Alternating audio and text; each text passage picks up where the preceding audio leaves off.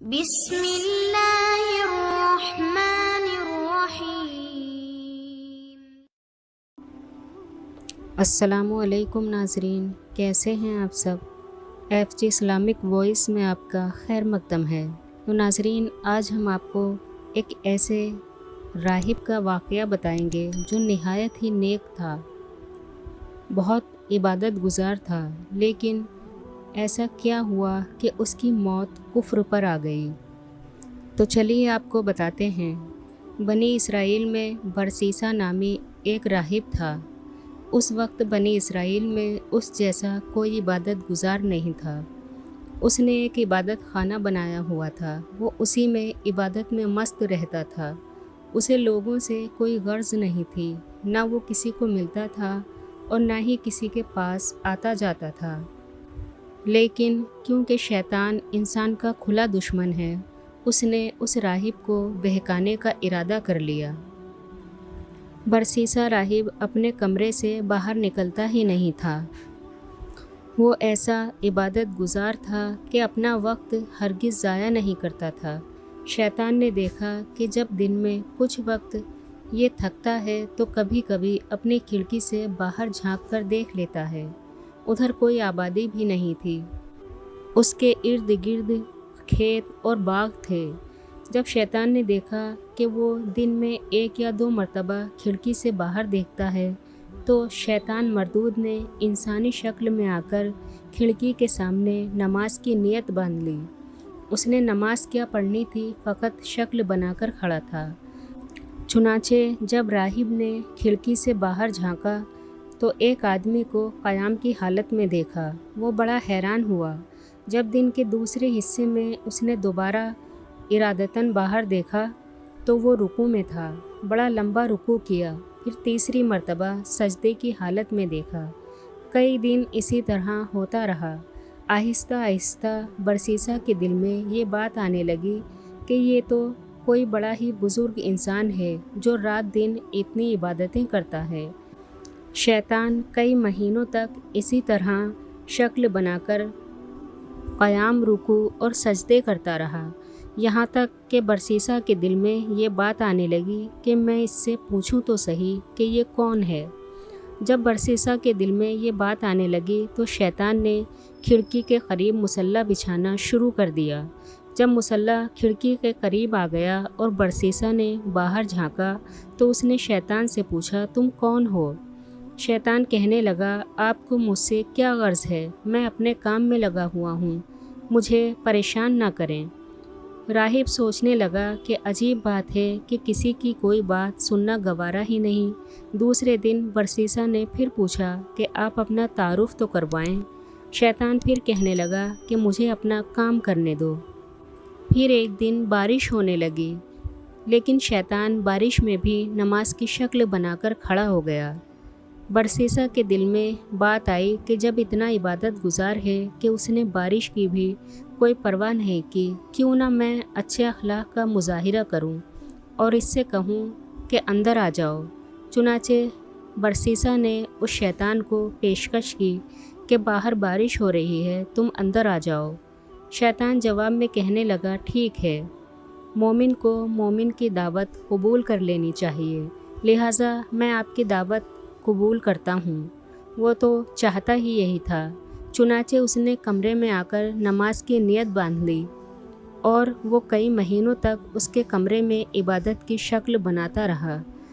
وہ دراصل عبادت نہیں کر رہا تھا، فقط نماز کی شکل بنا رہا تھا، لیکن راہب تو یہی سمجھ رہا تھا کہ وہ نماز پڑھ رہا ہے، لیکن شیطان کو نماز سے کوئی غرض نہیں تھی، وہ تو فقط اپنے منصوبے کو انجام دے رہا تھا۔ جب کافی عرصہ گزر گیا تو برسیسا نے شیطان کو واقعی بہت بڑا بزرگ سمجھنا شروع کر دیا اور اس کے دل میں اس کی عقیدت پیدا ہونا شروع ہو گئی۔ اتنے عرصے کے بعد شیطان برسیسا سے کہنے لگا کہ اب میرا سال پورا ہو چکا ہے، لہٰذا اب میں یہاں سے جانا چاہتا ہوں، میرا مقام کہیں اور ہے۔ اور شیطان نے برسیسا سے کہا کہ اچھا، میں آپ کو جاتے جاتے ایک ایسا تحفہ دے جاتا ہوں جو مجھے اپنے بڑوں سے ملا تھا۔ وہ تحفہ یہ ہے کہ اگر تمہارے پاس کوئی بھی بیمار آئے تو اس پر یہ پڑھ کر دم کر دیا کرنا، وہ بیمار ٹھیک ہو جایا کرے گا۔ تم بھی کیا یاد کرو گے کہ کوئی آیا تھا اور تحفہ دے گیا تھا؟ برسیسا نے کہا کہ مجھے اس کی کوئی ضرورت نہیں۔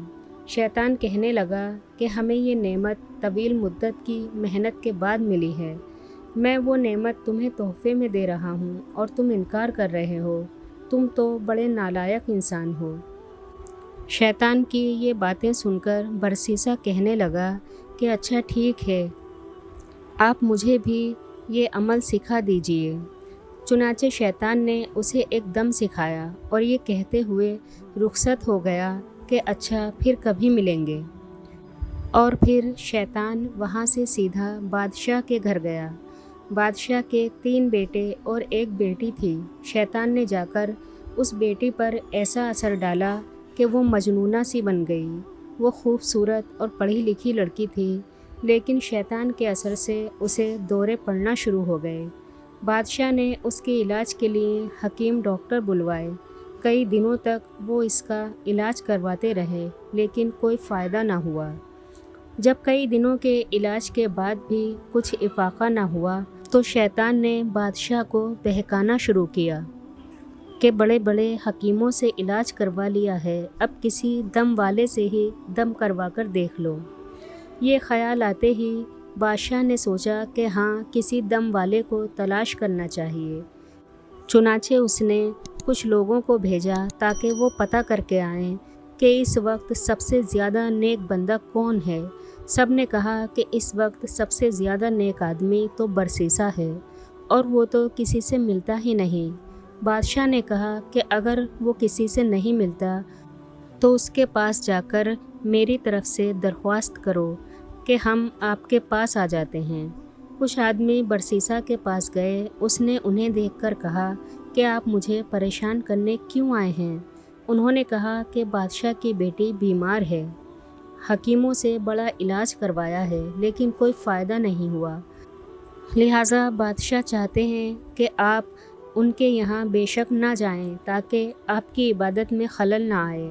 ہم آپ کے پاس بچی کو ہی لے کر آ جاتے ہیں، آپ یہیں اس بچے کو دم کر دینا، ہمیں امید ہے کہ آپ کے دم کرنے سے وہ ٹھیک ہو جائے گی۔ ان لوگوں کی یہ باتیں سن کر برسیسا کے دل میں خیال آیا کہ ہاں، میں نے ایک دم سیکھا تو ہے، اس دم کو آزمانے کا یہ اچھا موقع ہے، چلو یہ تو پتہ چل جائے گا کہ وہ دم ٹھیک بھی ہے یا نہیں۔ چنانچہ اس نے لوگوں کو بادشاہ کی بیٹی کو لانے کی اجازت دے دی۔ بادشاہ اپنی بیٹی کو لے کر برسیسا کے پاس آ گیا۔ اس نے جیسے ہی دم کیا، وہ لڑکی فوراً ٹھیک ہو گئی۔ مرض بھی شیطان نے لگایا تھا اور دم بھی اسی نے بتایا تھا، لہٰذا دم کرتے ہی شیطان اس کو چھوڑ کر چلا گیا اور وہ بالکل ٹھیک ہو گئی۔ بادشاہ کو پکا یقین ہو گیا کہ میری بیٹی اس راہب کے دم سے ٹھیک ہوئی ہے۔ پھر 1-1.5 مہینے کے بعد شیطان نے اس بچی پر اسی طرح حملہ کیا اور بادشاہ اسے پھر برسیسا کے پاس لے آئے۔ برسیسا نے پھر اس پر دم کیا تو پھر شیطان اسے چھوڑ کر چلا گیا، حتیٰ کہ 2-4 دن کے بعد بادشاہ کو پکا یقین ہو گیا کہ میری بیٹی کا علاج اس دم میں ہے۔ اب برسیسا کی بڑی شہرت ہوئی کہ اس کے دم سے بادشاہ کی بیٹی ٹھیک ہو جاتی ہے۔ کچھ عرصے کے بعد اس بادشاہ کے ملک پر کسی نے حملہ کر دیا تو بادشاہ اپنے شہزادوں کے ہمراہ دشمن کا مقابلہ کرنے کے لیے تیاری کرنے لگا۔ اب بادشاہ سوچ میں پڑ گیا کہ اگر جنگ میں جائے تو بیٹی کو کس کے پاس چھوڑ کر جائیں۔ بادشاہ کی اس پریشانی پر لوگوں نے مختلف مشورے دیے، لیکن بادشاہ کہنے لگا کہ اگر اس کو دوبارہ وہی بیماری لگ گئی تو پھر اس کا کیا ہوگا؟ برسیسا تو کسی کی بات بھی نہیں سنے گا۔ چنانچہ بادشاہ نے کہا کہ میں خود برسیسا کے پاس اپنی بیٹی کو چھوڑ جاتا ہوں۔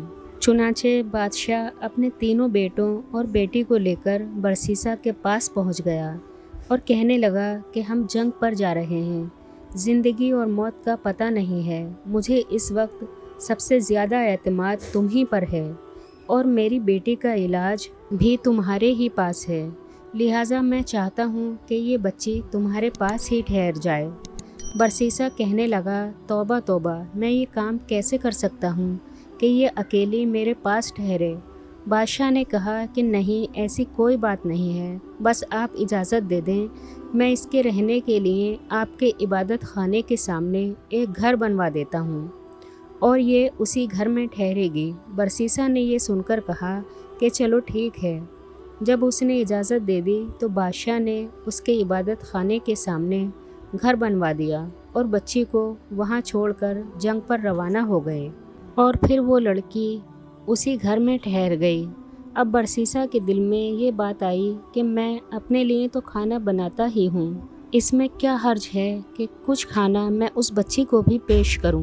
چنانچہ وہ کھانا بناتا، آدھا خود کھاتا اور باقی آدھا کھانا اپنے عبادت خانے کے دروازے سے باہر رکھ دیتا اور اپنا دروازہ کھٹکھٹا دیتا۔ یہ اس لڑکی کے لیے اشارہ ہوتا کہ اپنا کھانا اٹھا لو۔ اس طرح وہ لڑکی کھانا اٹھا کر لے جاتی اور کھا لیتی۔ کچھ دن تک یہی معمول رہا۔ اس کے بعد شیطان نے برسیسا کو بہکایا کہ دیکھو، لڑکی اکیلی رہتی ہے، تم کھانا پکا کر اپنے دروازے کے باہر رکھ دیتے ہو، لڑکی کو وہ کھانا اٹھانے کے لیے گلی میں نکلنا پڑتا ہے، جو کہ اس لڑکی کے لیے ٹھیک نہیں ہے۔ بہتر یہ ہے کہ کھانا بنا کر اس کے دروازے کے اندر رکھ دیا کرو تاکہ اس کو باہر نکلنا نہ پڑے۔ اور پھر برسیسا نے ایسا ہی کرنا شروع کر دیا۔